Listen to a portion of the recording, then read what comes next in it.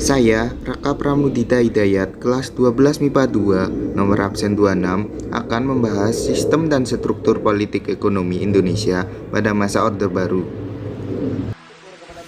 Pertama, saya akan menjelaskan apa itu Orde Baru.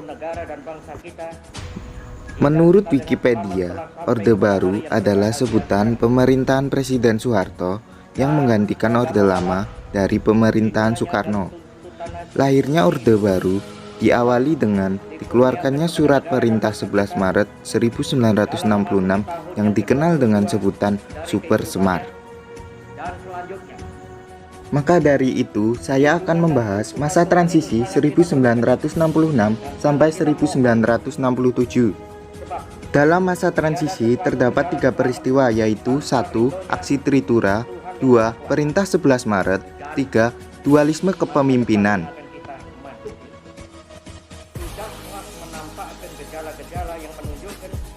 Masa transisi terjadi peristiwa lahirnya Kesatuan Aksi. Terjadi di Jakarta, dilatar belakangi oleh tuntutan penyelesaian bagi para pelaku G30 SPKI. Aksi dipelopori oleh Kesatuan Aksi Mahasiswa atau KAMI, Pemuda-Pemuda atau KAPPI, dan Pelajar atau KAPI. Kemudian muncul pula KABI atau Buruh, KASI atau Sarjana, KAWI atau Wanita, dan KAGI atau Guru. Pada tanggal 26 Oktober 1965, kesatuan-kesatuan aksi tersebut bergabung dalam satu front, yaitu Front Pancasila yang menentang G30 SPKI. Pengamanan jalannya ini pemerintahan. Demikian kataku pada waktu melantik kabinet. Tritura atau Tiga Tuntutan Rakyat. Tritura dipelopori oleh KAMI dan KAPPI. Pada tanggal 10 Januari 1966, kesatuan-kesatuan aksi yang tergabung dalam Front Pancasila memenuhi halaman DPR GR, dan mereka menyampaikan trituntutan rakyat pada pemerintah yang berisi 1. Bubarkan PKI beserta ormas-ormasnya. 2. Pembersihan Kabinet Dwikora dari unsur-unsur G30 SPKI. 3. Penurunan harga dan perbaikan ekonomi.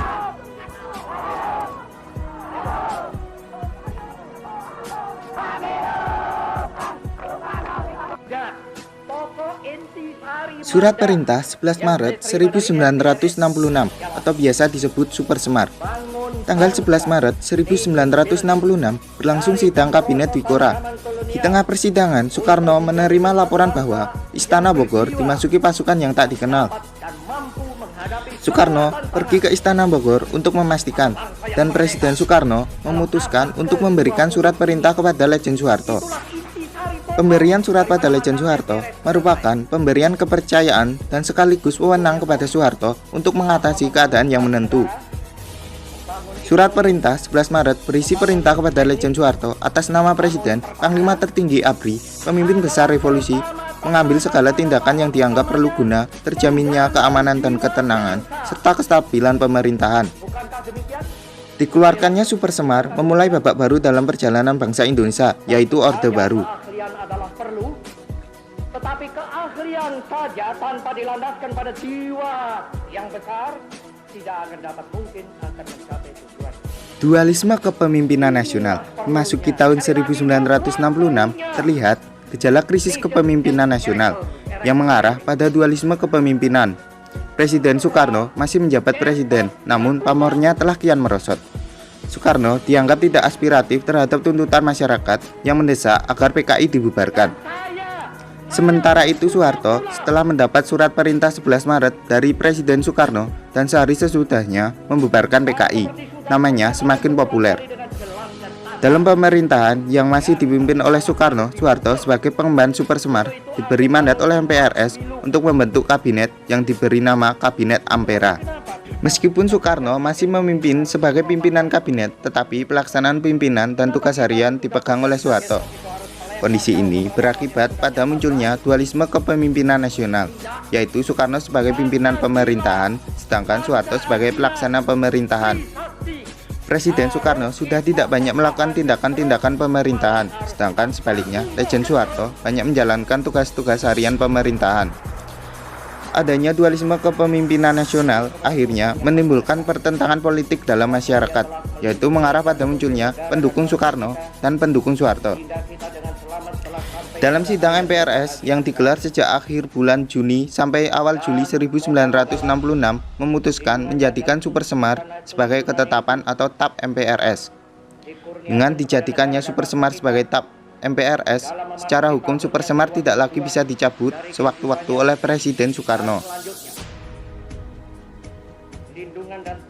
Bahkan sebaliknya, secara hukum Soeharto mempunyai kedudukan yang sama dengan Soekarno, yaitu mandataris MPRS. Dalam sidang MPRS itu juga, majelis mulai membatasi hak prerogatif Soekarno selaku presiden. Secara eksplisit dinyatakan bahwa gelar pemimpin besar revolusi tidak lagi mengandung kekuatan hukum. Presiden sendiri masih diizinkan untuk membacakan pidato pertanggungjawaban yang diberi judul Nawaksara. Mr. Hardy menemui Presiden Soekarno dan memohon agar Presiden Soekarno membuka prakarsa untuk mengakhiri dualisme kepemimpinan negara. Karena dualisme kepemimpinan inilah yang menjadi sumber konflik politik yang tidak kunjung berhenti. Mr. Hardy menyarankan agar Soekarno sebagai mandataris MPRS menyatakan nonaktif di depan sidang Badan Pekerja MPRS dan menyetujui pembubaran PKI. Pada tanggal 12 Maret 1967, Jenderal Soeharto dilantik menjadi pejabat Presiden RI oleh Ketua MPRS Jenderal Abdul Haris Nasution. Setelah setahun menjadi pejabat Presiden, Soeharto dilantik menjadi Presiden RI pada tanggal 27 Maret 1968 dalam sidang umum 5 MPRS.